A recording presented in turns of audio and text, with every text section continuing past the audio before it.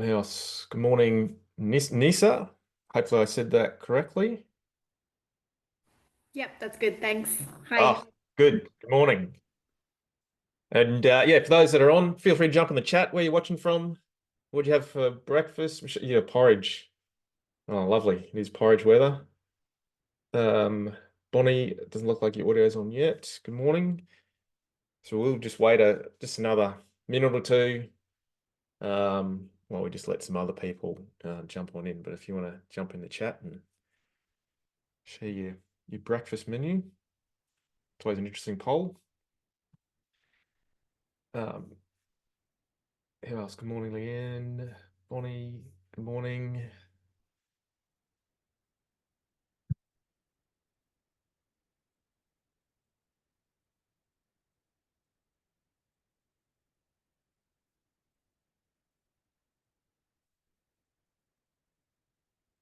Where are you, Bonnie? What part of the country are you dialing in from?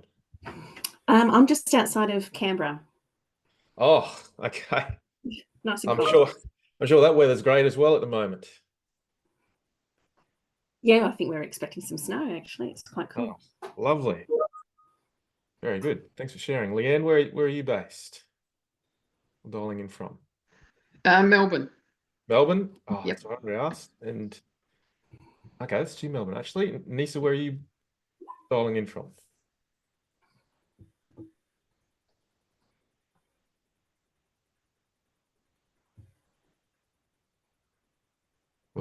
Or you can throw it in the chat. All right, there's a few people still rolling in. It's 3 past the hour, so I will get cracking because for everyone, time's precious, and we want to jump into this. So I think I've got everything set up. Everyone's muted. Thank you. There'll be lots of time for a bit of interaction a little bit later. So thank you. I appreciate everyone's time.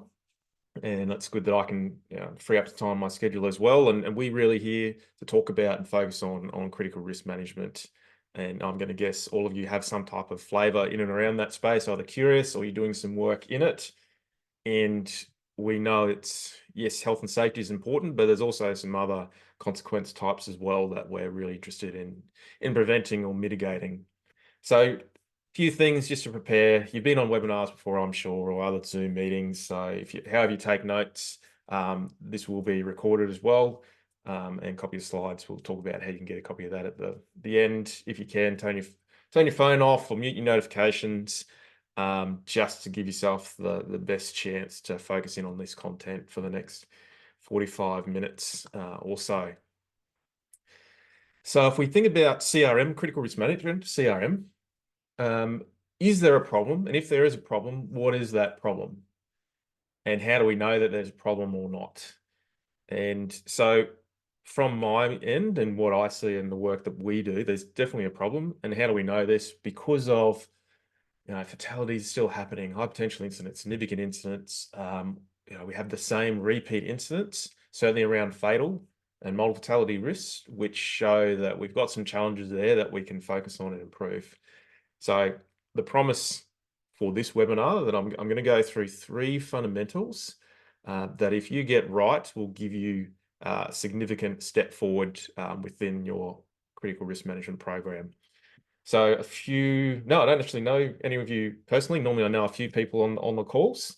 So my background, less than 15 seconds, been around in mining safety for, 25 years.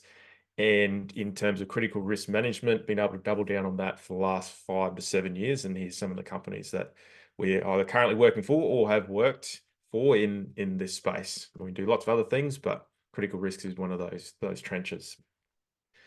So the style, I have a bet with my daughter. She watched the recordings that I'm working on the word but if it slips out, I've got to do 5 push-ups, which is the shorten, which is the picture there. I'm going to shorten CRM down to critical risk down to CRM, and going to move quick. Really want to cover off as much as I can in the time that we've got, and then have plenty of time for questions or conversations at the end.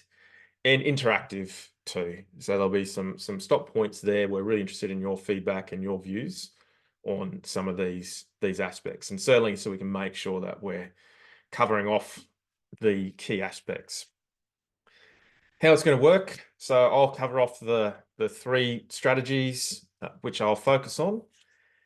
And if any of you are familiar with the critical risk management framework, I'm sure you'll appreciate that a 45-minute discussion doesn't even come close to covering everything that we could inside the framework. We even have a 2-day intensive course that we run, and still we don't cover everything that I would love to. So at the end, I'll talk about what you can do to get some more information. And that's the frame. And I'll talk about at the end. You can get copies of the recordings, and there's a little free help guide as well that we certainly pass out to a lot of the participants. So first question, and we'll spend some time just to give everyone a chance to share something in the chat.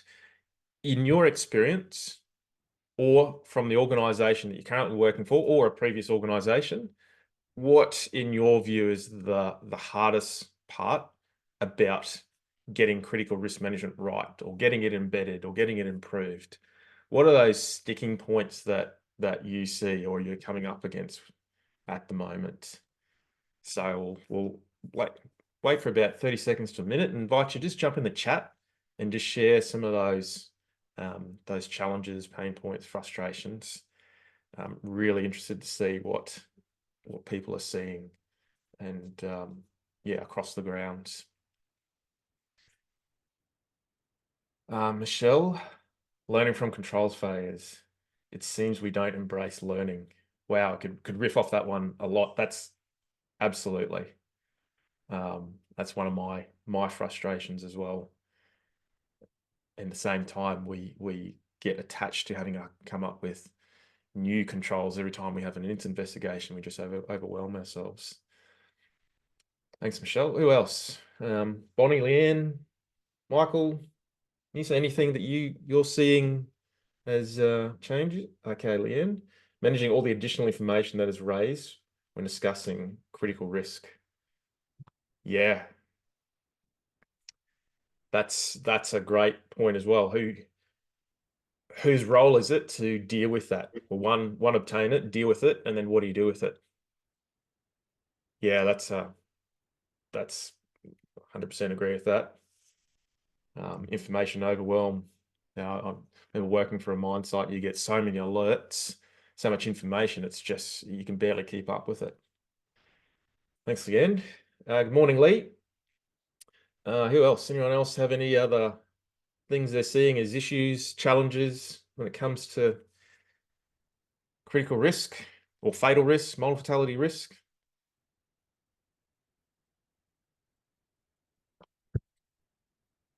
There's no wrong answer, by the way. You can throw anything in there. I've seen a lot. I'll keep an eye on the chat, but we will keep moving forward. So look, there are certainly some challenges. I could sit here and talk about forever challenges that I see and that our mining clients and resource industry clients and non-mining clients actually also come up against. And what I'm going to focus now on is at least 3 of these key fundamentals that can help with some of their challenges. Not going to solve all of them, but some of these fundamental things that if we get right, will certainly help. So this first idea here is around getting clear on what the critical risks actually are. And you wouldn't be surprised how many organizations we help that haven't got to this point. So let's imagine if you were a health and safety professional and you've been handed a broad brush risk assessment. Some of you may know that term or not, which is the whole of site risk assessment. And it's got 600 line items and it said, look, critical risk isn't working, go and fix it. How would you feel? Where would you start? And actually, I've been in that situation, being given that end of the funnel. I mean, certainly a bit of overwhelm, and what we see time and time again, and this might be what you're seeing, might be reflective of your organisation, is we have misalignment. Well, what is actually the critical risk for our organisation, or critical risks? Some might have too many, might be too few. Which of these critical risks need a critical control or not? and we see a disconnect between what we see as being reported as incidents and hazards and risks and what's in the risk register itself. They just don't talk. There's no alignment. Or the baseline risk assessment, broad brush risk assessment is also known. It's just a massive beast. And I wonder if some of those aspects might be familiar. And where we want to be, you want to be in a situation where you know exactly what are the critical few. Our overarching risk assessment only contains the critical few, and we know which of these needs critical controls. I think that would be a great place to get to. And one of the things we need to think about is how do we filter all through the noise? How do we separate the wheat from the chaff to get to these critical few risks that we're going to go off and do more structural and technical work on, bow ties, identify critical controls. And that's the question that we come up against time and time again. How do we go through that and get to that point? Side note, as I said, I've used the term baseline risk assessment, broad brush risk assessment. If you haven't seen that before, think about a risk assessment on steroids where we're just looking across the business to identify those critical few risks. What are the most important? We do some other things inside there, around ownership and some certain consequence analysis and things like that. So one of the ways in which we can filter out everything is this idea of materiality criteria. And what is it? Well, it's the consequence criteria that meets a certain threshold. You might say, oh, Christian, well, that's some great words. What does it actually mean? Visually, it's an easier representation. So what we have here is an example consequence table. Your organization will have a consequence table, I'm pretty sure, and it will look something like this in terms of you got levels where you go from level 1 or negligible through to 5, or it might be 7, of something really bad and really severe. And then we've got the different consequence types, health and safety, environment, finance, etc., which you can see here. And what materiality criteria is all about is the organization defining and saying, what is the consequence level at which, if we have that equal to or above, that would be a big deal for our organization. So in terms of health and safety, we can see here, this organization said, look, if we have anything of a level 4 or above, that's a big deal in terms of consequence. We're interested in any incidents that could result in that. Interestingly, we can see from an environmental perspective, the threshold was set at level 3. And they said, look, from environmental, this would be a big deal if that happened for us, and so on. And it could go up and down, could be a flat line, etc.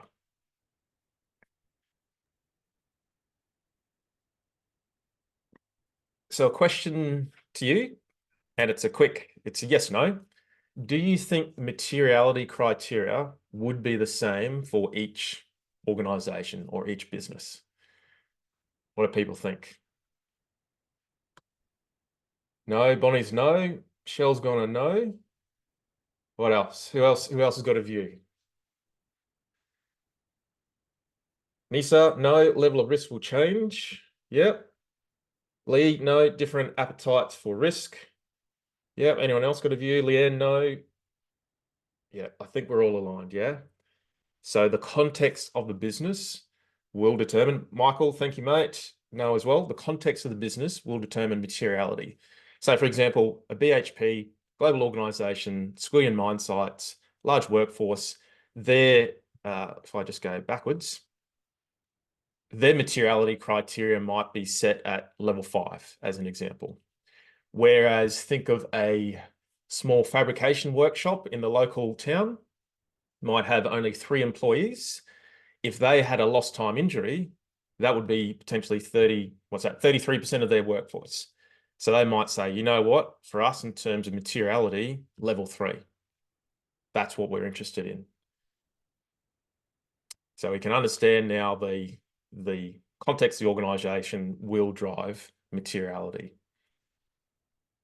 So if we were able to do this, then this helps us look at what are all my risks, set my materiality criteria and say, okay, for my broad brush, these are the risks which meet the red line or above. They're the ones that are going to be listed here. And some organizations then have another filter in terms of what would they then, of these risks, would they go and do off bow ties and critical controls. So for example, some organizations might say, look, single fatality is the criteria to come into our broad brush, our critical few that we want to monitor across the organization. But in terms of things we're going to set critical controls for, they'll set their threshold at multiple fatality, as an example. But the key point is the business just needs to work out what it is. So last year, I worked with an organization. They had about 300 critical risks. And by the time they separated out their controls line by line, it was about 1,500 line items.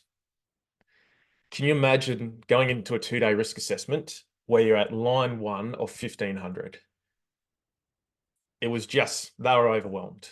Everyone was overwhelmed and everyone was pretty frustrated. Certainly SLT as well, because they're like, well, what's important? Where do we start? And all we did, well, it was across the 2 days, is we defined the materiality criteria that they could all agree to, and then went in on a filtering process to then move through this broad brush to come out the other end. And we got down to 168 lines as opposed to 300. So significant reduction. That's where we got the 50% reduction. And obviously the relief that key risk owners felt, plus also the safety team felt, because now they had something that was manageable just by applying the materiality criteria. So starting to round off this bit, we talked about there's impacts if the organization is uncertain what the critical risks actually are. If you apply materiality criteria to that process, it gives you the objective method to better identify the critical few, and a client that pretty much halved their numbers of risks by doing that process. So what type of impact would it make to your organization if you're able to identify those critical few? And if it would make an impact, then it's the opportunity. You can now choose to grab materiality criteria and start to apply it moving forwards. So do it the new way, or you can continue to do it the old way. And I know what I'd be recommending anyway. So rounding this out, using materiality criteria, 1, define it, and then 2, use it to filter it, is one of the key fundamentals. It allows us to identify those critical few.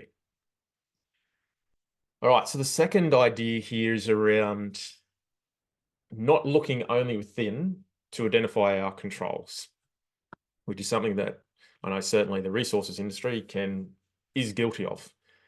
So have you ever been in that situation where you've been informed, look, there's been another high potential incident, and it sounds very similar to one that just happened previously. And you start thinking, how did this happen? You know, what's gone wrong? You know, I'm sure we controlled that last time. And it starts to point to our issues with controls. And when we see these aspects, here's some of the signs and symptoms that we see. So we see this idea of, you know, the broad brush risk assessment, the organization-wide broad brush, we have copy and paste year on year on year. When we come up with our controls, we use the small risk assessment team. It might be 5, 4, 8 people. And that's our brain's trust to say, what's our new control? We only look around within our business, not even across the group, for our collection of businesses. Or when was the last time you're in a risk assessment where there was a new control identified? Something completely new that we had to put resource into to make happen. Actually, unfortunately, happens pretty sparingly.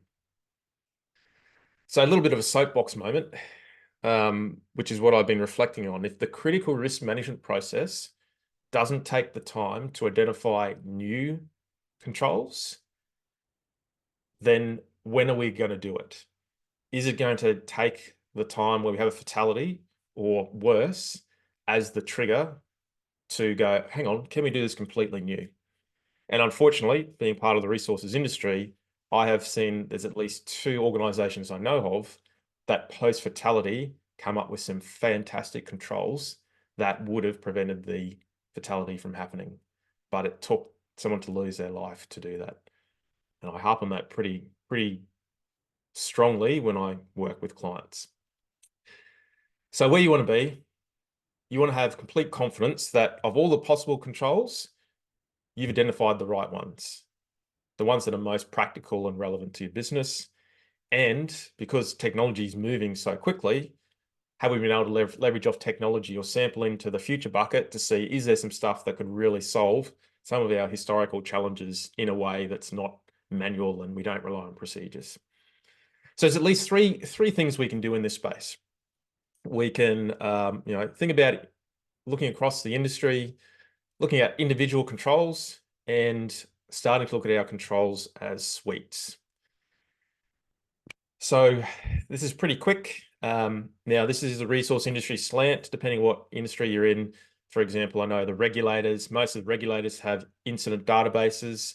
I highly recommend, if you do a lot of work in critical risk, looking at this risk gate where they've got bow ties, where they've broken down some of these key multi-fatality risks or single fatality risks. Lots of these gates here. I like to go and look at industry conferences, certainly the Queensland Mining Safety Conference. They have innovation awards every year. You can go back and look through the history to see what were some new innovations that were devised to deal with common challenges. Everyone's got a network, I'm sure. What have you got over there? Care to share? And obviously, we now have a pretty extensive library of risk and controls. But we get the gist. Yeah, we want to look outside, and there's some places we can go. We can do it pretty quickly. There's also the idea of control effectiveness assessment. So just a quick yes, no in the chat. Whose organization does control effectiveness assessments? Where you take the time and you put the control through some type of adequacy or effectiveness. Anyone just care to share either yes, no? So does your organization do effectiveness assessments? Michelle is unsure. Thank you, Michelle. Who else? Leanne, Lee, no. Leanne, not yet. Okay, that's promising. Who else? Nisa, no. Bonnie, you guys do control effectiveness assessments? No. Okay. Or not yet. I think that's just about everyone on the call. So look, that's an idea which is around, well, how good are our individual controls? Instead of just blindly copying and pasting them into the broad brush. Okay, so we talked about individual controls. Now I'm going to think about, we look at our controls as a suite. So some of you, I'm going to guess most of you have seen bow ties before. If you haven't, unwanted event in the middle, causes, what can lead to the unwanted event over here? What are the consequences from the unwanted event over here? And we've got preventative controls, so things that prevent this from happening, and mitigating controls, so things that mitigate when we've lost control, how bad this consequence is. And when we start thinking about suites of controls, and again, this is around critical risk. We wouldn't do this for standard, JSA level risks. If we apply a timeline, we can start to work backwards in time or forwards in time to think about, okay, what might be some controls that minimize exposure that could have been years in advance? So that's, generally we're thinking about design type controls. Whereas, last chance intervention controls, what might be some of those things, I don't know, interlocks or things like that, or alerts or warnings or things like that. Yep. And similarly, once we've lost control, so let's say a fire's just started, what are some other controls there? And thinking about a timeline. So this is now where we can see this is different from an individual control assessment. We're looking at the controls as a timeline, as a collective, to say where might be some other opportunities where we could identify a control. And we're looking at through the lens of a timeline. Can riff on that more at the end if people want to dive into that one a little bit more. So it was this year actually. I did some work with a client for their broad brush risk assessment, and I looked at their last 4 years of broad brush risk assessments. And what do you think I saw in relation to their controls from the previous 4 years? What was a pattern that you think I identified? Anyone want to have a guess? Looked at the last 4 years of broad brush risk assessments, and what do you think of the pattern I saw in their controls? So Lee, no changes. Leanne, nothing changed. Michelle, admin, yes. Nisa, not much change or improvements. You're all on the money and also around the admin. So pretty much the organization been doing a copy and paste each year, and we've all done that. How can we do this review in the least period of time? I'll just copy and paste and then just go, hey, what's different? What's changed? And what we were able to do is apply control effectiveness assessment to these ongoing controls. And then all of a sudden, the lights came on and there was a lot of discomfort and uncertainty. And not surprisingly, it triggered a fair bit of work to actually go back and go, hang on, maybe we're not managing this risk as well as what we thought. We need to come up with some new controls or go and look outside our organization to see who's got what, because we don't necessarily need to come up with new ones. It already might be there. We just got to deploy what's already out there and available. So that's a bit of work they're still doing, actually. So if you do work in broad brush risk assessments, be aware of that. So rounding out this bit, so we've talked about, we know there's some issues if we only look within our organizations to identify our controls. Talked about different things we can do to look outside of our organization or give ourselves a better chance of identifying controls, and saw an organization that had just been blindly copy and pasting year on year. And by applying control effectiveness assessments, we're able to help them realize that they're way away from where they need to be. And so again, the opportunity now is for you and your organization. Are you going to continue to look within, come up with controls, certainly around these key risks, or take the time and effort to look outside, do some effectiveness assessments, and start looking at the controls as a suite? Because what we know, if we're able to do that, that gives us a better chance to identify the right controls and a better chance to control or prevent these critical risks. So the third and final aspect here is around these things that we said are controls that are critical. How do we make sure they stay effective? Well, one, how do we make sure they're effective? And two, how do we ensure they're effective over time? So, how do they perform over time? Have you ever been either alerted to a fatality? Hopefully you haven't. The worst feeling in your world if it's happened within your business, or a serious injury. Someone's really, really been hurt. And that feeling you have, or I remember the feeling quite plainly, it's like someone's punched you in the stomach. And you start thinking, hang on, what could we have done? What could we have done differently? Surely something's gone wrong here. And when we start thinking about critical controls, these things that we think are really, really important, oftentimes we see gaps in how they're being managed. And so some of these pain points might be familiar here. We have critical controls, they're just not effective. Or we had them, they were really good, but 2 years later, they're just useless. We don't really check them, or if we do, it's just a bit of an ad hoc check. Frontline workers, they don't even know about them. We might have them, but who's assigned the accountability and make sure they're in place or do something about it if it fails? Or even if it does fail, what do we do? So I wonder if any of those might sound as familiar to you and your business. Where we want to be is the flip side.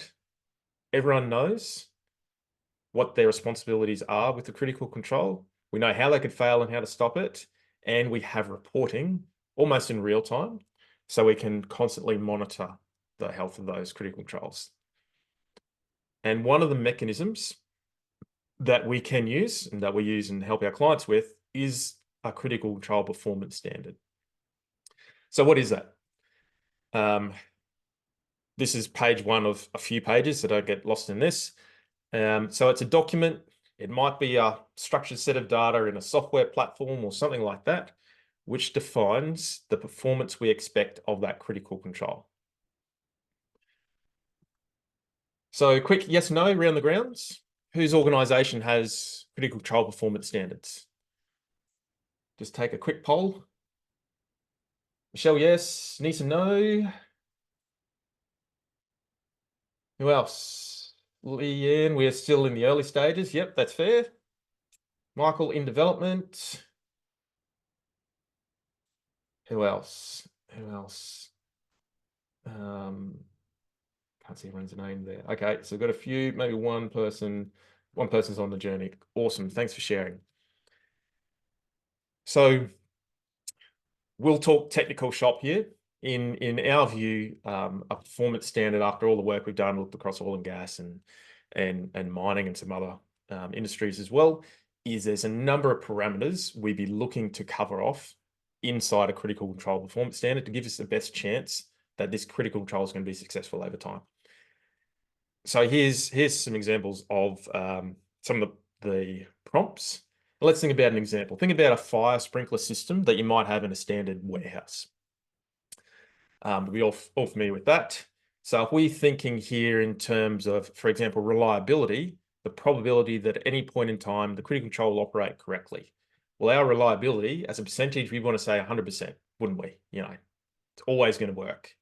Availability as well, percentage of time that it's there and available to work, we'd expect 100% of time. Then we might have dependency. What's the degree of reliance on other systems for it to perform? Oh, okay, well, the fire sprinkler system might be dependent on the water supply. Okay, what have we got in place to ensure we guarantee the water supply to therefore the fire sprinkler system to work? So that's just some quick first pass, some examples of some of those prompts. And this is where we're a little bit different from some other providers that do work in this space, is we're all about making sure these requirements are mapped into management systems. It's not just a written bit of requirement on a page somewhere that gets lost in the system. So for example, you can see here, one of the parameters here, if we think about our fire sprinkler system still, was around functionality. And a prompt question there. And we said, okay, our requirement is that it's going to, activate within 1 second of meeting whatever the threshold is and spray this much and flow it this much. Yep. So that's our requirement. Then we think about what's the operational activity that takes place now, like business as usual, to make sure our organization meets that requirement. Well, we do monthly sprinkler tests by an external party. Yep. That's probably what a lot of people do. And then here's the link to the management system. So what management systems ensures that operational activity is performed? So the question is, what management system ensures that we have a monthly fire sprinkler test by an external party? Well, here we've got an SAP fire strategy plan, XYZ, and who's responsible for that? The maintenance superintendent. Also, our fire management plan says that we're going to do this, and that's also maintained by our emergency response coordinator. So I'm not going to go deeper than that. Don't have the time. I'd love to, but hopefully you're getting the picture there. Okay, we might map out all of this stuff that we say is important. We want to then sign it into the system and assign an owner for that. That gives us the chance that this thing will stay in place over time. Then there's some other little prompts and triggers as well. So what's one of the things here? Okay, performance trigger. So let's say if we've got 10 fire sprinklers, what does it mean if 3 are failed and 7 are still working? Does that mean we need to do something else? Is the control failing or is it still working? So putting some data in and around what our performance triggers are. And if we meet 3, it might be, okay, as soon as we get to 3, then we trigger this thing must happen. Okay, change them all out. I don't know. Verification activities. So that could be, for example, every 6 months, we're going to go back and sample our fire sprinkler tests to check, has there been any issues? Have we been doing them when we said we might do? The verification is very similar to auditing, which I'm sure a lot of you might be familiar with. Failure modes. So what could cause that control to fail or erode over time? So for example, it could be, well, if we had contaminated water in the lines, that might rust out the sprinklers or something like that. Okay, if that's the way it could fail, then what are we going to do to prevent that contaminated water? Okay, we're going to put filters on the lines for our fire systems to make sure we don't have that. Cool, that's great. That's the level of detail we're looking to define inside our performance standard. I won't go deeper than that. Okay, so instead of me talking about an example, so some of you might know Josh Bryant from Mitchell Services. You can read this. Pretty much, they took the performance standards as an idea, embedded it into their systems, and looked to see how they could integrate a number of the checks as part of daily operations. So, for example, supervisors will go and check some of the things that in a traditional critical control management system, we might check once every 6 months. So they're able to integrate and embed. And they've had some fantastic results. And if you've seen on any Josh's presentations recently, they've also had flow-on effects into injury rates as a result of doing this work and cultural improvement because of the buy-in they're able to get with going on the journey with their people. But I digress there. So again, we've talked about the impacts of if you don't articulate or define the requirements you want of critical controls, then they might be, they might not. And we've talked about if you deploy the performance standard ethos, it gives you a better chance of defining the required performance and making sure the control is going to do that. And I gave some some examples there of parameters that we would recommend are included or considered as part of that. And so again, now you've got the choice on do you continue to go either without performance standards? So I think two are there, 4 are not yet, or start to go down that path. And I'm not going to lie, it is a bit of work to do that. But what we do know, what good looks like, is organizations that have done the work and define the performance required have robust critical risk management pathways and processes. Okay, reflection. So I've shared a lot of content and probably has been a lot, hopefully it hasn't been too much overwhelm. What's one thing of everything that we've just gone through that stuck out either as an observation, a takeaway, I don't know, an aha, a learning? Just give sort of 30 seconds now. Gives you a chance just to reflect on what we've just gone through. What's something that has stuck out for you? Just throw something in the chat there. Again, there's no right or wrong, but very interested. Michelle, performance standards trigger, yeah. And happy to talk about offline, mate, further, on that. Yeah, that is key. Don't want to have it binary. Lee, a business needs to define its materiality criteria. Yeah, 100%. Get clear on those critical few. Nissa, saying it the right way. You're very similar, yeah. Get it right at the front. Leanne, control effectiveness is something I haven't thought of. Our focus is on the verification. Yeah, nice share. And interestingly, what we have seen is some organizations don't consider the control effectiveness or the effectiveness of the control when they select critical controls. So what that means is they might, because they haven't done that assessment, they might have a critical control that if you applied the effectiveness assessment against it, it's actually a poor control. Forget critical, it's just a poor control. And it's an uncomfortable situation sometimes when we help clients through that. Michael, the performance standard is a great place to consider. Yeah, 100%. And certainly it's a journey. And so oftentimes we'll take a phased approach to help organizations with it. Even just defining that first pass of what are the requirements and who's going to do it and how we're going to make sure that happens. Sometimes that's just a step change in and of itself. And that is a big piece of work to get to that, but certainly sets the system up. Yeah, cool. That's great feedback. Okay, so let's get you over to the questions set. So look, there's probably a number of reasons why people are showing up. There could be confusion within the business. You're curious. Your business can improve in this space. Or you're like me, just an avid learner, always keen to just hear what's happening and how you can improve or apply new ideas and new concepts. What we do know is that if we just keep adding to the critical risk list, it's just going to overwhelm. And we're not even going to be able to focus on the critical few. And a few of you shared, materiality criteria is a key thing that we can do right up front.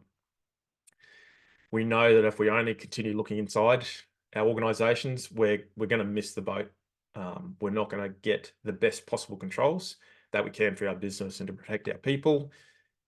And if we don't define the performance we want of the critical control, how do we know it's going to be effective over time and how critical controls, can help? So the obvious question then is how you do it. And there's two options. You can do it the slow way, like I've been doing, where you do trial and error across the last 5, 7, 20 odd years, which we know will take time. Or you can learn from people or processes that are already there, or people have done it a bunch of times, and you pretty much shortcut that whole learning journey. So I mentioned right at the start what you could do to get more information or more help in this space. And what we do and offer as part of this webinar series is essentially a free gap analysis of whatever your organization might have in relation to critical risk management. It might be, you might have a procedure, you might have a document, you're just doing some stuff. And we just go through that process. So it's certainly not for everyone. If your organization's got a humming system, you're happy with the skills, knowledge, and experience, then not for you, that's awesome. But if your organization's at the point where you think, look, we've done some stuff, we could probably improve, or we could get some help just to understand what else we haven't done, then this would be for you. What's in it for us? You know, it lines up with our motto. It's about saving lives at work. Unfortunately, I've been involved in 2 fatalities. I deliberately focus in critical risk because I really want to make a change and get this really moving forwards. It's a fairly simple process too. So if you've got something documented, all you do is you just email it through to us. We pretty much use our gap analysis tool that we normally would for formal consulting clients, where we just go through, look at the process, come up with the results, and then it's just a quick 15-minute call where we just share, look, this is what we found. This is maybe what you might want to focus on moving forwards. So I'm just going to put that email address in the chat, and I'll just type it again. And the good thing about it, look, I wish it had been around when I was doing it. You know, we do the work. There's no cost involved, and you're able to leverage off our skill set because we have done a lot of work with a lot of the key players. So we've got that extended knowledge bank in terms of process, risks, controls, and really, and I'm really big for this, is, well, what's the low-hanging fruit, you know, that you can deploy early that can make meaningful change. But it's not forever because I'm pretty busy going off doing lots of things. So there's a 2-week window on that. So I'll put the email address in the chat there. The second thing, which we do, some of you have probably seen me talk about this over the wires, and it's really popular, certainly with a lot of our clients. You can see there on the left is we do a 2-day critical risk masterclass where we go through that framework, which I think you remember right back at the start. We walk through the framework and we go through step by step through it. We cover off what's required, how you do it, what templates are when you use case studies. And there's lots of interactive sharing, everything like that. And the whole purpose is to enable participants to go back in their business and know what good looks like and to be able to do it themselves if they so wish. So that's one that we offer. You've probably seen around the traps. I always throw us in there, but pretty much we haven't had anyone use this. Pretty much it's money back. If you come along, you don't think it's of value, then just take your money back and take all the tools, and, you know, education as well. You know, it works really well. We did have a virtual one coming up, but a lot of people said they prefer face-to-face with that sharing. So if it is of interest to you, there's one on the 8th and 9th of July in Brisbane, Vegas, which is not that far away, actually. And I'll put a link to that too. So that's it from me. I've done pretty well on time to still have 15 minutes here at the end. Does anyone have a key question or a comment? And because we don't have lots and lots of people on the line, which is good, I prefer that, feel free to unmute and you can either just ask the question out loud or you can just type it in. But I'm keen to chat. If anyone has a question, a comment, observation, or another learning, now's the time in the period of time that we've got left. So keep an eye on the chat. Does anyone want to unmute and ask something?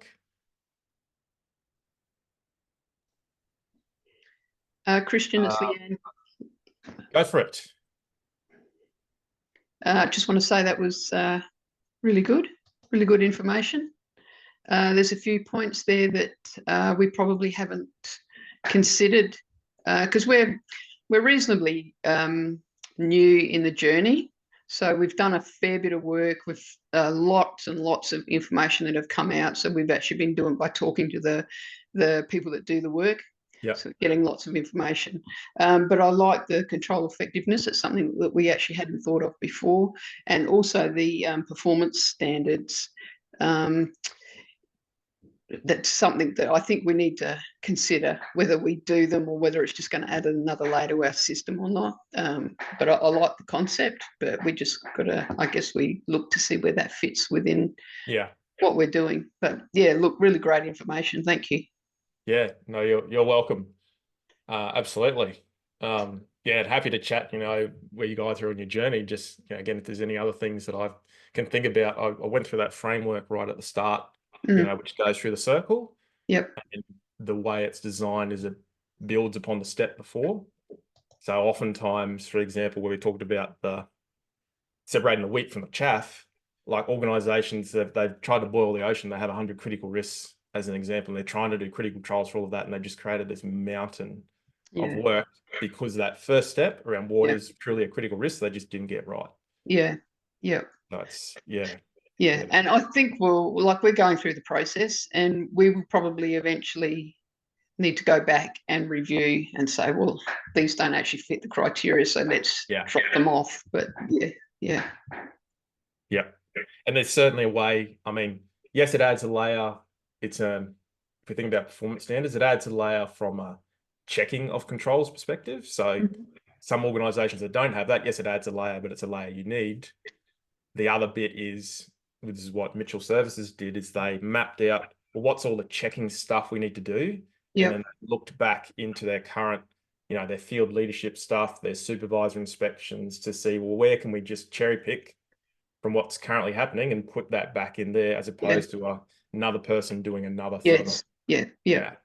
Okay, that makes sense. Yeah, I get that. Thank you. Yeah, you're welcome.